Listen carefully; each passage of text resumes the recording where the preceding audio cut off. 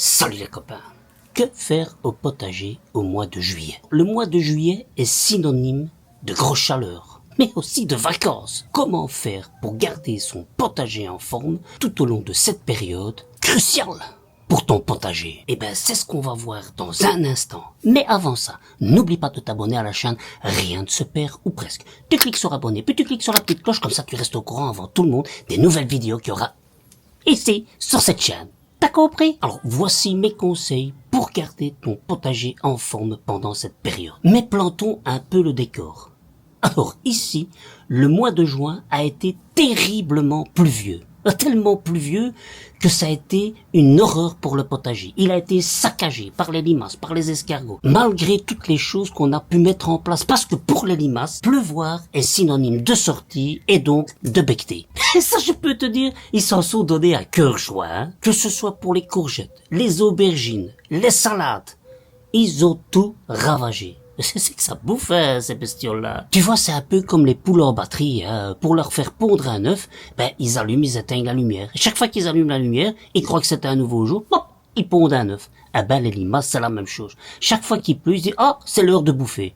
Et comme ce mois de juin, il a bien aimé, mais alors vraiment plus, je crois, 29 jours sur 30, eh ben, les limaces, ils se sont dit, on va bouffer 29 jours sur 30 du matin au soir, hein. Bref, qui dit pluie dit aussi que les herbes et toutes les plantes poussent 3 fois plus vite. Que ce soit par exemple les fraises qui n'arrêtent pas de former des stolons pour le moment. Et ça, c'est pas vraiment une mauvaise chose parce que qui dit stolon dit un nouveau plant de fraises. Et d'ailleurs, tu pourras voir dans une vidéo comment est-ce qu'on peut, à partir des stolons, faire un nouveau plant de fraises. Je mettrai ça ici, ça va? Et après ce temps pluvieux, va venir maintenant les grosses chaleurs. Donc, tes plantes vont demander encore plus d'attention. Il faudra les alimenter en eau assez conséquemment.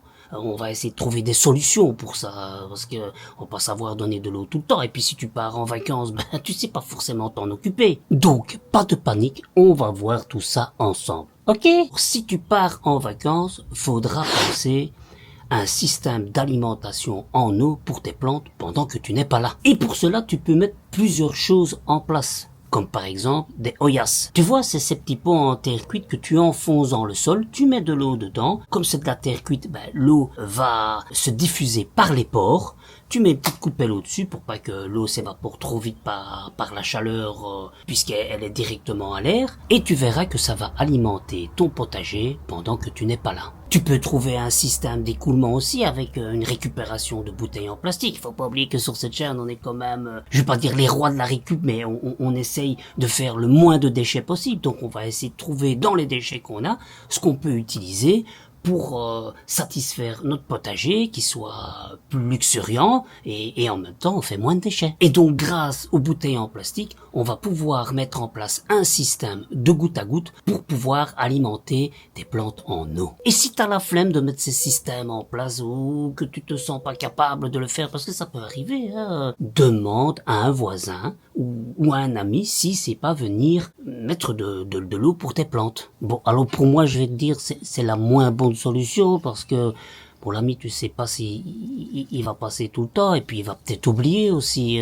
tu sais il a aussi ses activités dans la vie de tous les jours à faire et en plus pour bien alimenter ton potager, il est préférable de venir arroser soit le matin ou soit le soir pour que ton eau profite un maximum pour tes plantes. Parce que s'il fait ça en journée et que c'est le cagnard, ben, ton eau elle va vite s'évaporer. Et il faut que tu protèges tes cultures. Si tu veux que tes plantes profitent un maximum de l'eau que tu vas leur donner, il faut pailler. Hein, parce que le paillage, ça va permettre de garder l'humidité dans le sol, tu vois. C'est comme quand tu te mets au soleil, tu vois. Si t'es en plein soleil, bah là, tu vas avoir très très chaud. Par contre, si tu mets un parasol juste où il y a le soleil et toi en dessous, bah, tu vas avoir moins chaud. Hein. Bah, c'est le même phénomène pour les plantes, tu vois. Le paillage va leur permettre d'avoir moins chaud et de garder plus longtemps l'humidité. Faut surveiller aussi tes plantes des parasites, voir s'il n'y a pas des pucerons, des acariens. Il y a des solutions pour essayer, si jamais tu es infesté, d'en avoir moins. comme par exemple l'utilisation du savon noir. Certaines mixtures te permettra de te protéger des nuisibles. Ou alors faire en sorte que des prédateurs soient là pour faire fuir ces nuisibles. Pour les pucerons et tout ça, par exemple, tu as les coccinelles. Hein, tu vois, tu essayes de trouver des coccinelles à gauche et à droite, tu les mets près de tes plants de tomates et elles vont s'occuper à ta place des nuisibles. Tu peux faire également des associations de plantes pour qu'elles se protègent mutuellement. On en a parlé il y a quelques mois, comme la tomate et le basilic, tu vois, hein, qui peuvent se protéger mutuellement contre les nuisibles. N'hésite pas à améliorer la biodiversité dans ton potager. Pourquoi pas implanter des fleurs en plus, parce que les fleurs, ça va faire venir les butineurs, et des butineurs, t'en auras besoin pour tes plantes, pour que tes légumes puissent pousser. C'est un mois aussi où tu peux semer et repiquer. Bon alors moi par exemple, mes poivrons, mes courgettes, ils ont été quand même vachement ravagés. Alors, je vais pas savoir refaire des semis, là c'est un peu tard, mais par contre, si tu trouves déjà des plants dans des jardineries, des pépineries ou que sais-je, où le plant est déjà en pleine évolution, eh ben tu peux les repiquer en terre pour espérer encore avoir des poivrons, des courgettes. Là c'est encore le bon moment pour le faire, après ce sera trop tard. N'hésite pas à planter des pommes de terre. Si par exemple tu as acheté des pommes de terre et qu'elles commencent à bourgeonner parce que tu les as oubliées, ah ben paf, tu les coupes en petits morceaux, tu les mets en terre et c'est encore le bon moment pour les faire pousser. Et sache que les pommes de terre sont pérennes, donc tu peux même les oublier, passer toute une saison et elles repoussent par après sans même le savoir. Quand tu essaies de les récolter, ben il peut arriver que tu en oublies une ou deux, ben ces pommes de terre, elles repousseront l'année d'après. Et ça c'est vraiment une culture qui ne demande pas beaucoup d'efforts, hein. C'est aussi un mois où tu dois pas hésiter à planter des noyaux de prunes, des noyaux de nectarines, de pêche, des noyaux de cerises, enfin tous les noyaux possibles, imaginables.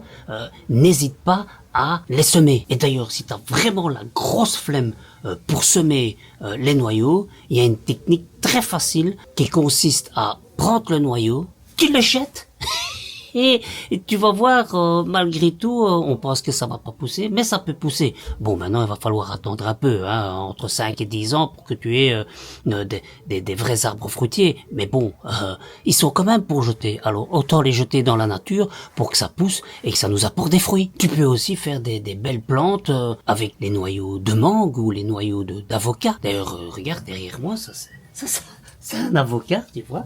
Ben regarde, il a déjà bien poussé, j'en ai déjà 3 comme ça. Moi, chaque fois que j'ai un noyau d'avocat, je le mets dans un pot, ça pousse tout seul, il faut juste donner de l'eau, tu vois. Et quand je vais chez des amis, j'offre une belle plante, ça leur fait plaisir, et c'est peut-être un jour, peut-être, qui sait, un avocat poussera, il y aura peut-être des petits avocats qui vont pousser, mais ça on ne le saura que dans quelques années. En attendant, ça fait une belle plante. N'hésite pas aussi ce mois-ci à entretenir tes plantes. Rien ne t'empêche de faire des petites tailles. Si tu vois qu'il y a des branches qui vont vers le bas, tu les coupes, hein. Ça va pas faire mourir ton arbre. En plus, c'est même mieux de faire des petites tailles de temps en temps. Comme ça, ton arbre n'est pas stressé en une fois, tu vois, avec tout ce que tu lui coupes. Les petites coupes, ça va moins le stresser que des grosses coupes. N'hésite pas par la même occasion d'enlever les feuilles abîmées, les feuilles qui deviennent jaunes, qui meurent. Ça sert à rien de les garder sur ton arbre, même sur tes plants, tes légumes. Tu les enlèves, ça sera de l'énergie qui ira plutôt vers les feuilles plus vertes. Alors si tu es un adepte sur tes plants de tomates, d'enlever les gourmands pour que toute l'énergie vienne plus sur les plants de tomates, tes gourmands, ne les jette pas, hein. Tu peux les repiquer, il suffit de les mettre un petit peu dans l'eau, les débarrasser des feuilles qui sont les plus bas, hein. Elles vont faire des racines, tu les replantes dans la terre et ça te fait un nouveau plant de tomates. D'ailleurs, si tu fais attention, les gourmands que tu laisses sur ton plant de tomates, ça fait une nouvelle tige, hein, qui fait de nouveaux fruits. Donc pourquoi ça n'irait pas dans ta terre pour faire un nouveau plant de tomates? N'hésite pas à récupérer les semences et essaye dans un premier temps de récupérer les semences de tes plantes les plus fortes. Ce sont des graines que tu pourras réutiliser l'année prochaine et qui te permettra de cultiver des plants encore plus forts. N'hésite pas d'ailleurs à relever aussi les graines sur les plantes les plus précoces. Comme ça, une fois que tu vas les mettre en terre, tu pourras les mettre le plus tôt possible. Et donc prolonger le temps de la culture de ces fruits et légumes. Tu les récoltes, tu les fais sécher, et puis tu les mets dans un contenant. Moi par exemple, je fais des petits sachets en papier recyclé. D'ailleurs, tu peux voir une vidéo ici si tu veux. Hein. Et ces graines, je les annote. Hein, je mets ce que c'est, je mets la date. Et comme ça, quand je vais planter à la saison prochaine, j'ai déjà mes graines qui sont prêtes, répertoriées dans une boîte. Ouais, organisation, hein. Allez, tu te sens prêt à passer à l'action? Si c'est le cas, je te propose un lien avec tout le récapitulatif de ce qu'on vient de voir, plus quelques trucs et astuces pour que tu puisses cultiver ton potager ce mois-ci. Des conseils détaillés, des astuces pratiques pour chaque tâche mentionnée. T'as saisi, camarade? Donc n'hésite pas, je te mettrai le lien un peu partout. Allez, je te dis à très bientôt pour de nouvelles aventures. D'ici là, porte-toi bien, je t'attends au téléchargement. Salut les copains!